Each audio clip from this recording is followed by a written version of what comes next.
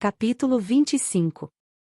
A mãe de Helena, disse Salvador, cuja beleza foi a causa, há um tempo, da sua má e boa fortuna, era filha de um nobre lavrador do Rio Grande do Sul, onde também nasci. Apaixonamo-nos um pelo outro. Meu pai opôs-se ao casamento, tinha alguns bens, mandara-me estudar, queria ver-me em posição brilhante. Ângela podia ser obstáculo à minha carreira. Dizia ele. Opôs-se, e eu resisti e raptei-a. Fomos viver na campanha oriental, donde passamos a Montevidéu, e mais tarde ao Rio de Janeiro. Tinha 20 anos quando deixei a casa paterna, possuía alguns estudos, poucos, meia dúzia de patações, muito amor e muita esperança. Era de sobra para minha idade, mas insuficiente para o meu futuro. A lua de mel foi desde logo uma noite de privações e trabalhos. Minha vida começou a ser um mosaico de profissões. Aqui onde me veem, fui mascate, agente do foro, guarda-livros, lavrador, operário, estalajadeiro, escrevente de cartório. Algumas semanas vivi de tirar cópias de peças e papéis para teatro. Trabalhava com energia, mas a fortuna não correspondia à constância, e o melhor dos anos gastei-o em luta áspera e desigual. Uma compensação havia, a mais doce de todas, era o amor e o contentamento de Ângela, a igualdade do ânimo com que ela encarava todas as vicissitudes. Pouco tempo depois da nossa fuga, havia outra compensação mais, era Helena. Essa menina nasceu em um dos momentos mais tristes da minha vida. Os primeiros caldos da mãe foram obtidos por favor de uma mulher da vizinhança. Mas nasceu em boa hora, e foi um laço mais que nos prendeu um ao outro.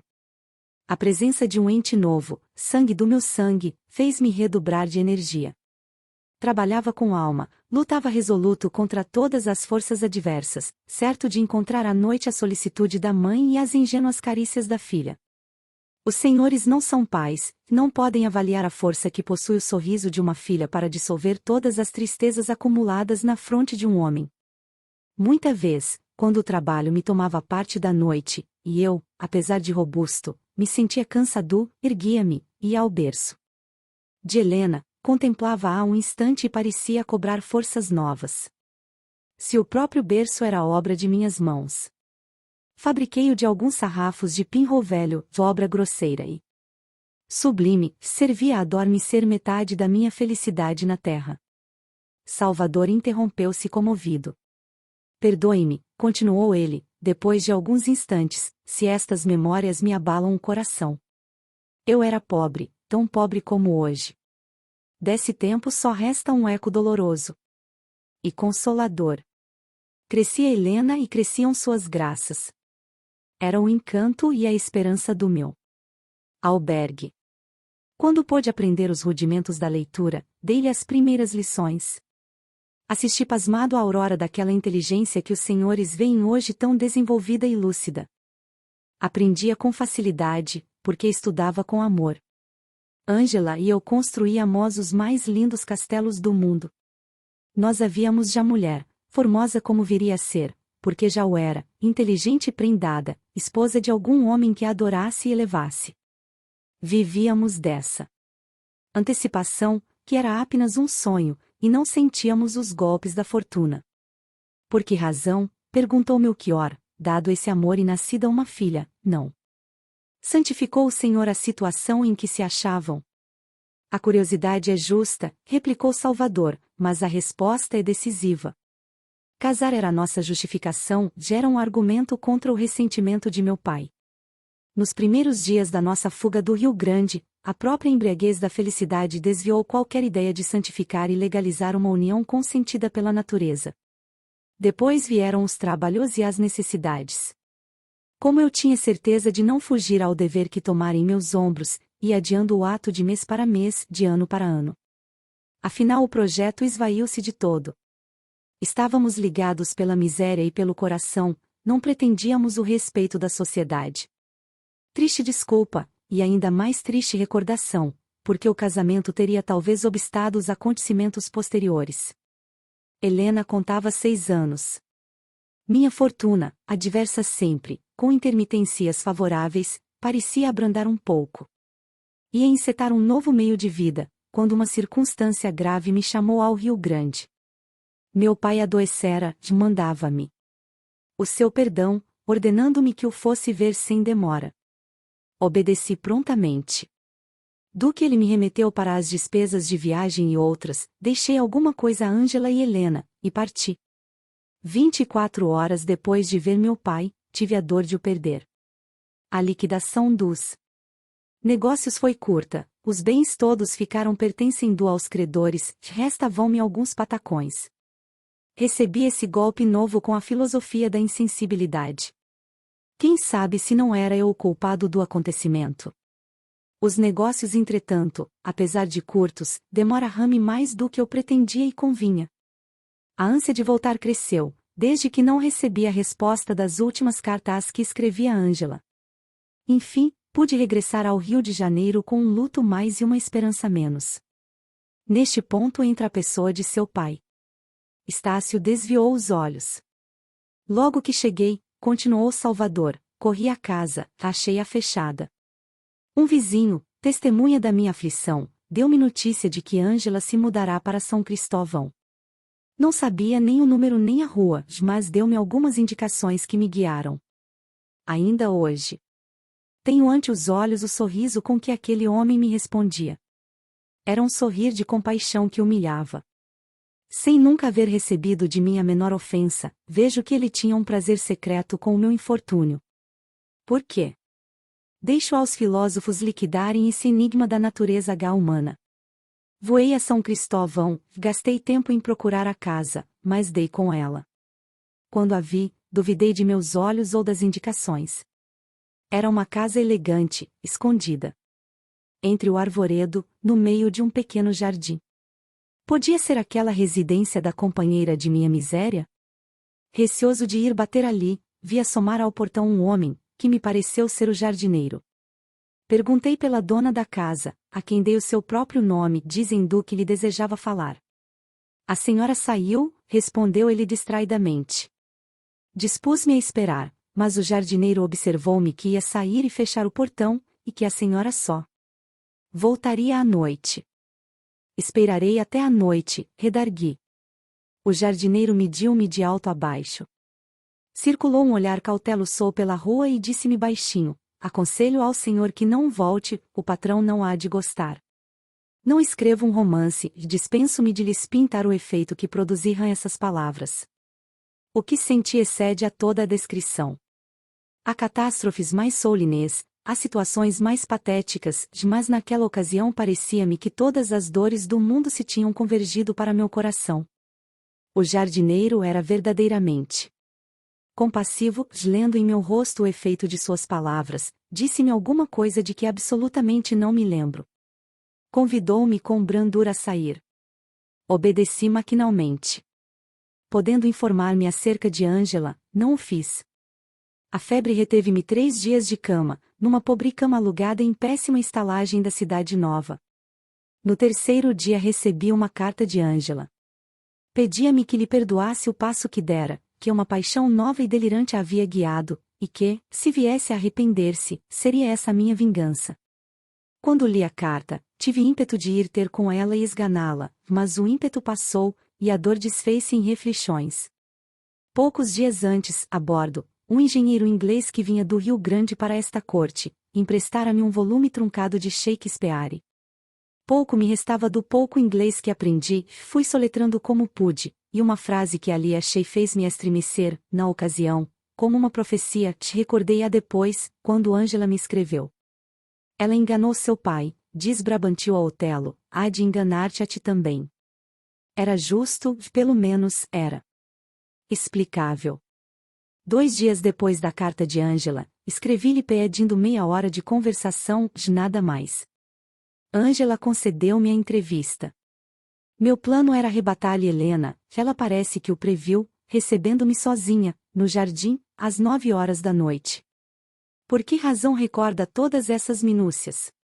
Interrompeu Melchior com brandura. Nós desejamos somente saber o essencial. Tudo é essencial na minha narração, disse Salvador. Aquela entrevista mostrou-me a toda a luz o caráter de Ângela. Que outra mulher se arriscaria, em tais circunstâncias, a Afrontar a cólera do homem desprezado? Ângela era um complexo de qualidades singulares. Capaz de suportar as maiores angústias, forte e risonha no meio das máximas privações, esqueceu num instante as virtudes que tinha para correr atrás de uma fantasia de amor. Não foi a riqueza que a seduziu, ela iria, ainda que tivesse de trocar a riqueza pela miséria. Ângela nasceu metade freira e metade bailarina, capaz das austeridades de um claustro, não era.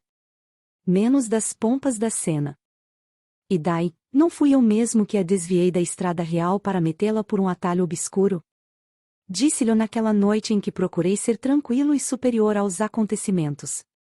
Meu fim, declarei eu, é só levar Helena, que Helena é minha filha, não quero deixá-la entregue a seus maus exemplos.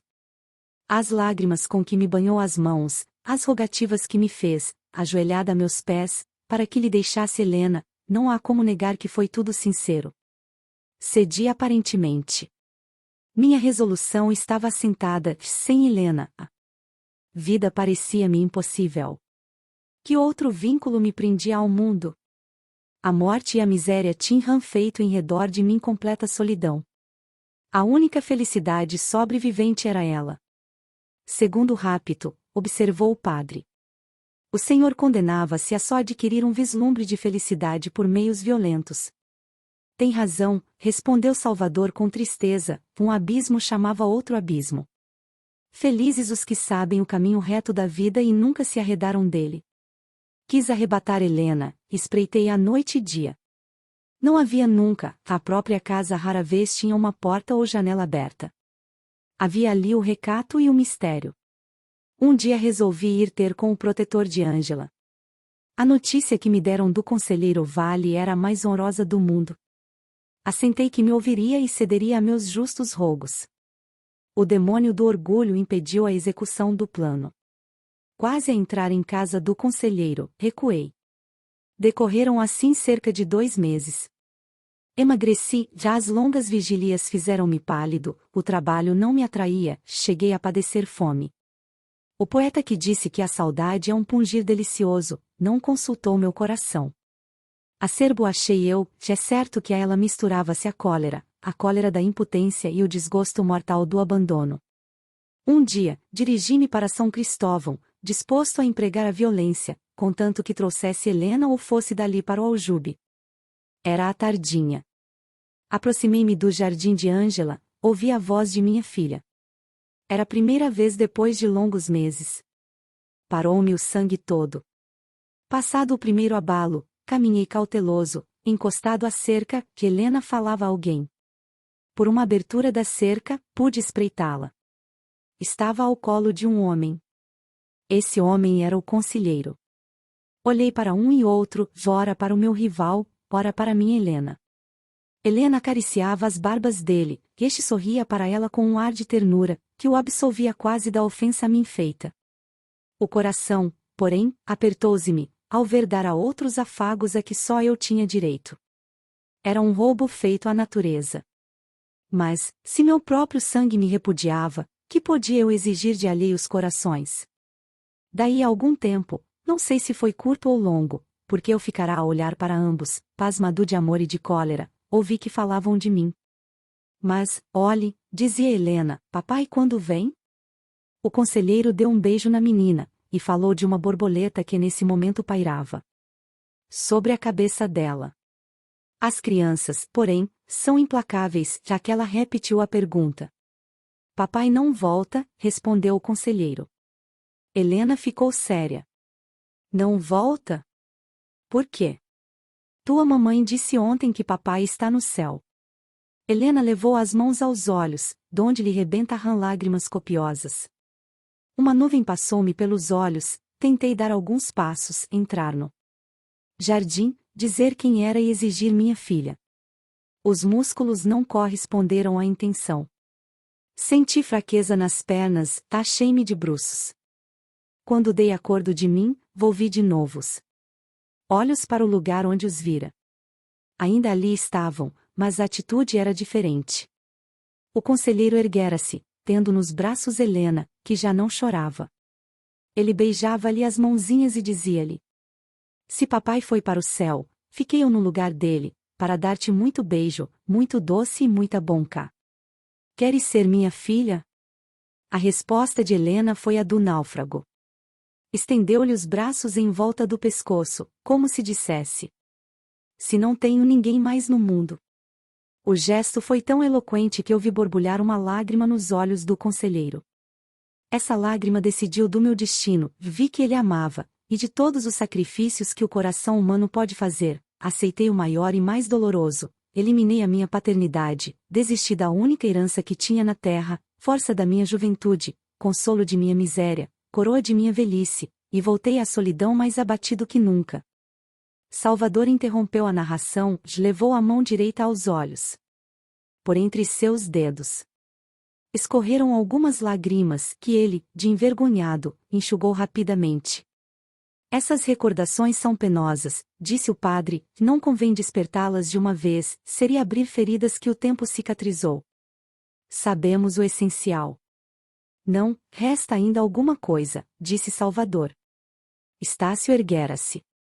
Visivelmente comovido, procurava lutar contra o sentimento que o dominava, a fim de conservar a necessária independência de espírito para julgar da narrativa e do alcance que ela podia ter.